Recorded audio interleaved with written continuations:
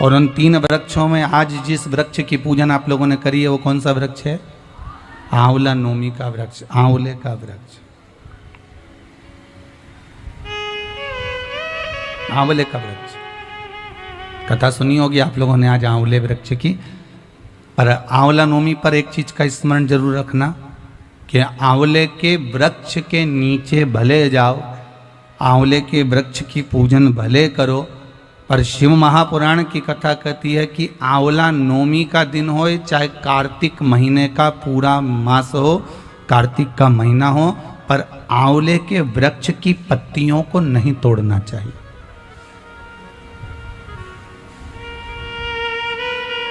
कई लोग बहुत गलती करते हैं, आंवले की पूजन करने जाते हैं ना, तो वो सोचते हैं कि अब आंवले के पेड़ के नीचे भोजन करने का बड़ा महत्व है कि आंवला नवमी के दिन भोजन करना चाहिए। तो कई माताएं इतनी चतुर होती है ना, आंवले की पत्ती तोड़ के ले आती, सिर पे रख के भोजन कर लेती।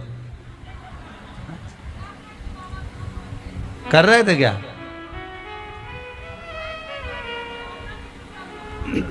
बस तो फिर अब कथा मतलब धीरे धीरे समझ में आ रही हो। श्री शिवाय नमस्ते में मतलब शास्त्र कहता है कि अगर एक पत्ती टूटना, पहले लोग बड़ी गलतियां करते थे। आंवला के पूजन करने गए, आंवले के वृक्ष की पत्ती तोड़ ली, सिर पे रख ली, भोजन कर लिया। कितना दोष है महाराज। यहां तक शिव महापुराण की कथा कहती है, विष्णु पुराण, अग्नि पुराण, पद्म पुराण कहती है, गर्ग संहिता में यहां तक वर्णन करा गया है, स्कंद पुराण में भी कहा गया है कि आंवले के वृक्ष की जिस दिन पूजन करें, आंवला अगर ऊपर से नीचे गिर जाए, आपको प्राप्त हो जाए, तो भले उसका सेवन करो, भले उसको रख लो, पर आप आंवले नवमी के दिन आंवले को भी नहीं तोड़ना चाहिए। आंवला नवमी के दिन आंवले को भी नहीं तोड़ना चाहिए। यहां तक शास्त्र वर्णन करता है कि राजा एक वैश्य बड़ा धर्मात्मा था।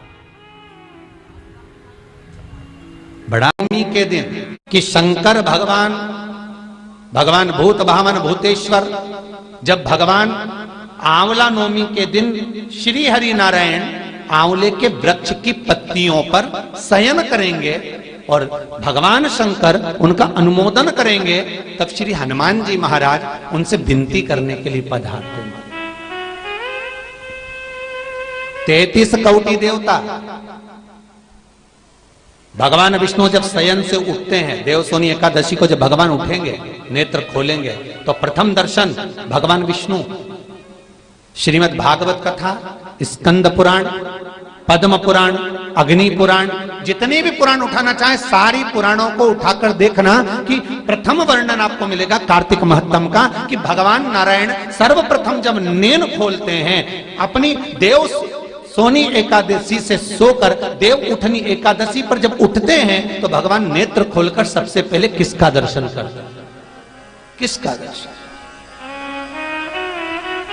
स्कंद पुराण कहती है, विष्णु पुराण कहती है कि भगवान नारायण जब नेत्र खोलते हैं तो खुद की अर्धांगिनी लक्ष्मी भी नहीं, महाराज ब्रह्मा आदिक देवता सब खड़े, पर भगवान नेत्र नहीं खोलते। कब तक? जब भगवान शंकर अपने ही मुख से भगवान श्री हरि का गुणगान नहीं गाते, डमरू का नाद नहीं करते। नवमी के दिन कि शंकर भगवान भूत भावन भूतेश्वर, जब भगवान आंवला नवमी के दिन श्री हरि नारायण आंवले के वृक्ष की पत्तियों पर शयन करेंगे और भगवान शंकर उनका अनुमोदन करेंगे, तब श्री हनुमान जी महाराज उनसे विनती करने के लिए पधारते हैं। 33 कोटि देवता, भगवान विष्णु जब शयन से उठते हैं, देवसोनी एकादशी को जब भगवान उठेंगे, नेत्र खोलेंगे, तो प्रथम दर्शन भगवान विष्णु श्रीमद् भागवत कथा, स्कंद पुराण, पद्म पुराण, अग्नि पुराण, जितने भी पुराण उठाना चाहे सारी पुराणों को उठाकर देखना कि प्रथम वर्णन आपको मिलेगा कार्तिक महत्तम का कि भगवान नारायण सर्वप्रथम जब नेन खोलते हैं, अपनी देव सोनी एकादशी से सोकर देव उठनी एकादशी पर जब उठते हैं, तो भगवान नेत्र खोलकर सबसे पहले किसका दर्शन करते हैं? भगवान नारायण जब नेत्र खोलते हैं तो खुद की अर्धांगिनी लक्ष्मी भी नहीं, महाराज ब्रह्मा आदिकादिक देवता सब खड़े, पर भगवान नेत्र नहीं खोलते। कब तक? जब भगवान शंकर अपने ही मुख से भगवान श्री हरि का गुणगान नहीं गाते, डमरू का नाद नहीं करते, जिसको अक्षय नवमी भी कहते हैं। आप सबसे निवेदन करूंगा कि आंवला नवमी के दिन शाम के समय पर आंवले के वृक्ष के नीचे घी का दिया लगाकर कनक धारा स्तोत्र का पाठ अवश्य करें। नहीं आता हो तो मोबाइल पे उसको सुने, पर एक बार आंवला नवमी के दिन आंवले के वृक्ष के नीचे कनक धारा स्तोत्र का पाठ चाहे संस्कृत में चाहे हिंदी में करना चाहिए। उससे साल भर लक्ष्मी की कमी नहीं आती और आनंद का अनुभव होता। नवमी के दिन कि शंकर भगवान भूत भावन भूतेश्वर, जब भगवान आंवला नवमी के दिन श्री हरि नारायण आंवले के वृक्ष की पत्तियों पर शयन करेंगे और भगवान शंकर उनका अनुमोदन करेंगे, तब श्री हनुमान जी महाराज उनसे विनती करने के लिए पधारते हैं। 33 कौटि देवता, भगवान विष्णु जब शयन से उठते हैं, देवसोनी एकादशी को जब भगवान उठेंगे, नेत्र खोलेंगे, तो प्रथम दर्शन भगवान विष्णु श्रीमद् भागवत कथा, स्कंद पुराण, पद्म पुराण, अग्नि पुराण, जितने भी पुराण उठाना चाहे सारी पुराणों को उठाकर देखना कि प्रथम वर्णन आपको मिलेगा कार्तिक महत्तम का, कि भगवान नारायण सर्वप्रथम जब नेन खोलते हैं अपनी देव सोनी एकादशी से सोकर देव उठनी एकादशी पर जब उठते हैं, तो भगवान नेत्र खोलकर सबसे पहले किसका दर्शन करते हैं? किसका दर्शन? स्कंद पुराण कहती है, विष्णु पुराण कहती है कि भगवान नारायण जब नेत्र खोलते हैं तो खुद की अर्धांगिनी लक्ष्मी भी नहीं, महाराज ब्रह्मा आदिकादिक देवता सब खड़े, पर भगवान नेत्र नहीं खोलते। कब तक? जब भगवान शंकर अपने ही मुख से भगवान श्री हरि का गुणगान नहीं गाते, डमरू का नाद नहीं। आंवला नवमी का आप लोग साधना करते होंगे।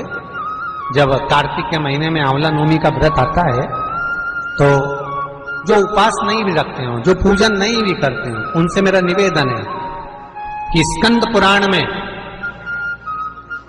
कार्तिकेय के पावन चरित्र में स्कंद पुराण में स्पष्ट किया गया, और कल्याण का कार्तिक खंड पढ़िएगा कभी योग लगे तो, गीता प्रेस गोरखपुर का कार्तिक खंड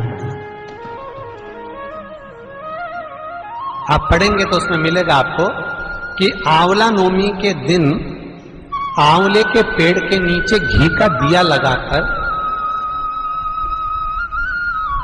मध्याह्न से पहले, दोपहर के 12 बजे से पहले आंवले के पेड़ के नीचे आंवला नवमी के दिन कार्तिक के महीने में स्कंद पुराण कहती है, जो घी का दिया लगाकर पूजन कर कर अपना पल्लू पसार कर आंवले के वृक्ष की डाली में से उस पे लगी हुई थोड़ी सी छाल को अपने अंगूठे और चीटी उंगली से अपने पल्लू में गिराकर ले जाकर लाल कपड़े में हल्दी के साथ अपनी तिजोरी में, अलमारी में रख लेता है। उसके घर में कभी बरकत की कमी नहीं होती, उसके घर में कभी संपदा की कमी नहीं होती, उसके घर में धन, वैभव, सत्ता बढ़ती है, बढ़ती है। आंवला नवमी की कथा में एक प्रसंग आता है। आंवला नवमी का पूजन आपको करना आता है, व्रत करने वाली माताएं व्रत करती है, आंवले के पेड़ के नीचे जाकर पूजन करना, भोजन करना, आंवले का वृक्ष की छाया में बैठना, उस दिन किसी को अपशब्द ना कहना, आंवले की पूजन कर कर अपनी झोली को पसार कर चीटी उंगली और अंगूठे से आंवले की छाल को थोड़ा सा पल्लू में गिरा लेना, उस छाल को ले जाकर अपनी बरकत में, अपनी अलमारी में, अपनी तिजोरी में रख देना, ये आंवला नवमी की पूजन का विधान है। शिवाय नमस्तुभ्यम। दोस्तों, जैसे कि गुरु जी द्वारा आपने सुना आंवला नवमी का विधान, आंवला नवमी के दिन पूजन करने का क्या महत्व है, पूजन क्यों करते हैं, इसको आप इस सब जानकारी आपने गुरु जी द्वारा सुनी, कौन सा उपाय करें। तो आंवला नवमी के दिन अगर आप आंवले के वृक्ष की पूजन करते हैं तो विष्णु भगवान की असीम कृपा आप पे होती है। जब विष्णु भगवान की कृपा आप पर होगी तो माता लक्ष्मी भी विष्णु भगवान के साथ ही रहती हैं, तो आके आपके घर में निवास करेंगी। आंवला नवमी के दिन आप उस दिन आंवले के पेड़ की कोई न पत्ती तोड़ें ना कोई फल तोड़ें, इसको आप लोग सोच लीजिएगा और समझ लीजिएगा, ध्यान से इतना ध्यान रखिएगा, व्रत करो या ना करो, लेकिन आंवला नवमी के दिन या अक्षय नवमी के दिन आप आंवले के वृक्ष की पूजन जरूर करिएगा। कुछ महिलाएं क्या करती हैं कि आंवले के वृक्ष की पत्तियों को तोड़कर ही अपने सर के ऊपर रखकर खाना खा लेती हैं, लेकिन ऐसा नहीं है। ये इसको करने से बहुत ही आपका मतलब कि नुकसान होगा, इसीलिए ऐसा आपको नहीं करना है। अगर आपको आंवले वृक्ष के नीचे खाना खाना है तो वहीं जाके खा लें, अगर नहीं खा लें तो पहले से तोड़ के रख लें तो ज़्यादा बेटर रहेगा। उस दिन आप आंवला के पेड़ की कोई भी टहनी, पत्ती या फल को नहीं तोड़ेंगी, अगर गिरा हुआ है तो उसको आप ले सकते हैं। इसको आप लोग ध्यान रखिएगा। और उस दिन एक घी का बाती जरूर लगाइएगा, आंवला वृक्ष का पूजन जरूर करिएगा।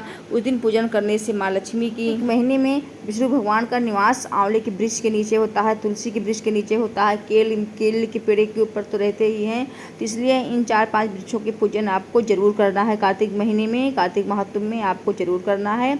अगर आप अक्षय नवमी के दिन या आंवला नवमी के दिन आंवला के वृक्ष की पूजन आप कर रहे हैं तो पूजन करने के बाद में जो उसकी छाल होती है उसको अपने आंचल में ले लीजिएगा, और ले जाने के बाद में अपना जहाँ आपका तिजोरी है, जहाँ आप अपन धन संपत्ति रखते हैं, वहीं ले जाकर लाल कपड़े में बांध कर उसको रख दीजिएगा। देख लेना अगले साल तक आपके घर में धन भंडार की कमी नहीं होगी। इसी प्रकार आपको आंवला नवमी के दिन ये उपाय आपको करना है, इसको आप लोग जरूर करिएगा। और कार्तिक महीने में पूरे दिन अगर आपको मिल जाए तो आंवला के वृक्ष की पूजन करें, अगर आपको नहीं मिल रहा है तो कोशिश करें कि एकादशी से लेकर पूर्णिमा तक आप जरूर पूजन करें।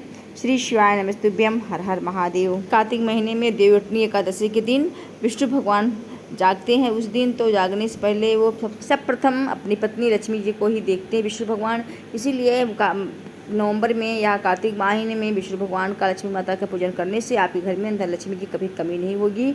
आप लोग देख लीजिएगा कैसे आपको कौन सा उपाय करना है। या कार्तिक महीने में आप लोग जरूर पूजन करिएगा, माँ लक्ष्मी की कृपा आपके ऊपर बनी रहेगी।